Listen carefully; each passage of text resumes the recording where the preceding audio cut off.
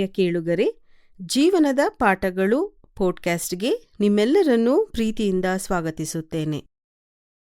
అమ్మ ప్రేమ ఒక కవితలా పాటలా మనకు కనిపిస్తుంది. అది మనకు వినిపిస్తుంది, పలకరిస్తుంది కూడా. కానీ నాన్న ప్రేమ అది ఒక పెద్ద గ్రంథం. అది ఎప్పుడూ నిశ్శబ్దంగా మన జీవితానికి పునాది వేస్తుంది. మన జీవితంలో ఏ లోటు ఉండకుండా తన లోటులన్నీ మర్చిపోయే ఒక మౌన యోగి మన నాన్న. ఆయనెప్పుడూ ప్రశంసల కోసం చూడడు. ఆయన త్యాగాలు ఎప్పుడూ రికార్డవ్వవు. కానీ మన జీవితంలో తుఫానులు వచ్చినా దారి చూపించే ఏకైక లైట్ హౌస్ నాన్నే.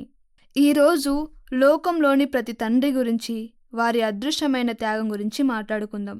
ఇటీవల నేను చూసిన ఒక దృశ్యం, అది ఎంత నిజమంటే మన కళ్ళ ముందు జరిగే నాన్న ప్రేమకు నిదర్శనం.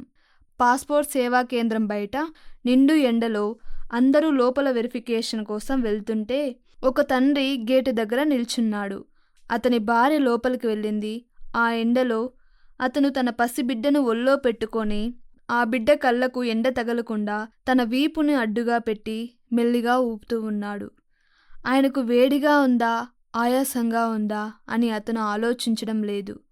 ఆ బిడ్డ నవ్వితే చాలు, తన భార్య క్షేమంగా తిరిగి వస్తే చాలు అని ఎదురు చూస్తూ ఉన్నాడు.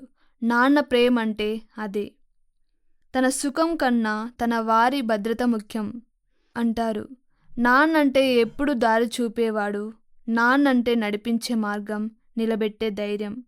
ఆ ఎండలో అతను నిలుచుచున్న ఆ తీరు రేపు ఆ బిడ్డ జీవితంలో ఏ కష్టం వచ్చినా తానెప్పుడూ అండుగా ఉంటానని చెప్పే మౌన వాగ్దానం. అలాగే ఇంకో సంఘటన కూడా చూశాను.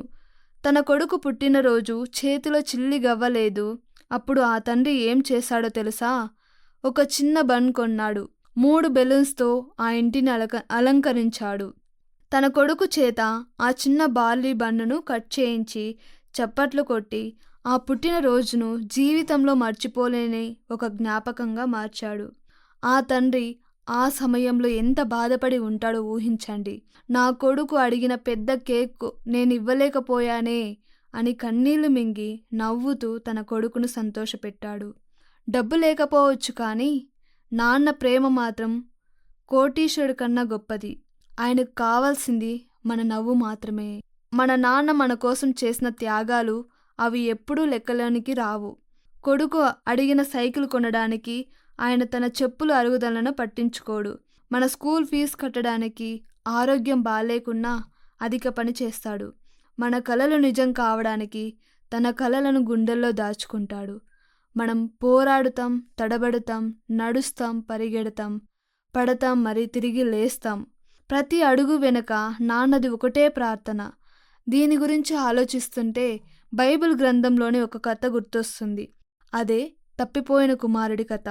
ఒక కుమారుడు తన వాటా ఆస్తిని తీసుకొని తండ్రిని వదిలేసి లోక సుఖాల కోసం వెళ్ళిపోయాడు.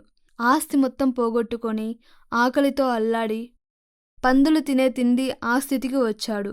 తప్పు తెలుసుకొని తన తండ్రి దగ్గర వెళ్ళడానికి సిగ్గుతో, భయంతో బయలుదేరాడు.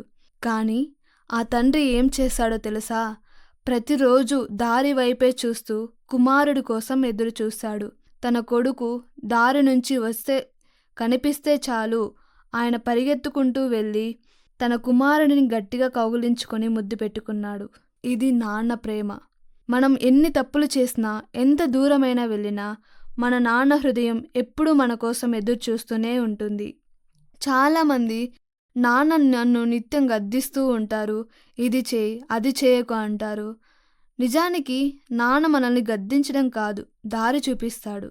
ఏం చేయాలో, ఏం చదవాలో, ఎలా నడవాలో మనకన్నా ముందే ఆలోచిస్తాడు. ఆయన కోపం వెనుక మన భవిష్యత్తుపై ఉన్న శ్రద్ధ ఉంటుంది. ఆయన క్రమశిక్షణ ఎందుకు అనేది బైబిల్ ఇలా చెప్తుంది. సామెతలు 3:12లో తండ్రి తాను ప్రేమించు కుమారుని గద్దించినట్లు యెహోవా తాను ప్రేమించిన వారిని గద్దించును. నాన్న ఇచ్చిన అడుగులను అనుసరిస్తే చదువు, ఉద్యోగం, కెరియర్ ఇంతేనా, ప్రపంచాన్ని గెలవచ్చు. ఆయన మనపై పెట్టిన నమ్మకం మన విజయమే. మన విజయమే ఆయనకిచ్చే గౌరవం. మీరు ఎంత ఎదిగినా కష్టం వస్తే నాన్నను తలంచుకోండి. ఎక్కడున్నా ధైర్యం చెబుతాడు. నాన్నే మన హీరో. ఆయనకు మించిన స్ఫూర్తిదాయకం ఈ లోకంలో ఎక్కడా దొరకదు. మనకి ఇంత ప్రేమను, ఇంత త్యాగాన్ని చూపించిన ఆ గొప్ప మనసును ఈరోజు ఒకసారి గుర్తు చేసుకోండి. త్యాగం అనే పదానికి అసలైన నిర్వచనం ఏంటంటే మరొకరి కోసం మన సుఖాన్ని వదులుకోవడం. దీనికి మించిన ప్రేమ ఏంటంటే తన స్నేహితుల కొరకు తన ప్రాణం పెట్టువానికంటే ఎక్కువ ప్రేమ గల వాడెవడూ లేడు. నాన్న మన కోసం తన ప్రాణాన్ని పెట్టకపోయినా తన ఆశలను, తన సుఖాన్ని, తన అలసటను మన కోసం ప్రతిరోజు అర్పించేస్తాడు. ఆ త్యాగమూర్తే మన నాన్న. ఈ క్షణంలో మీ నాన్నకు ఒక ఫోన్ చేయండి, చిన్న మెసేజ్ పెట్టండి, నాన్న thank you, I love you అని చెప్పండి. మనకు ఆయనే పెద్ద బలం, ఆయనే ಧೈರ್ಯ, ఆయనే పునాది. ಈ ಕಾರ್ಯಕ್ರಮದ ಬಗ್ಗೆ ನಿಮ್ಮ ಅಭಿಪ್ರಾಯ, ಸಲಹೆಗಳು ಹಾಗೂ ಯಾವುದೇ ಪ್ರಾರ್ಥನಾ ಮನವಿಗಳಿದ್ದಲ್ಲಿ ನಮ್ಮ ದೂರವಾಣಿ ಸಂಖ್ಯೆಗೆ ನೀವು ಕರೆ ಮಾಡಬಹುದು.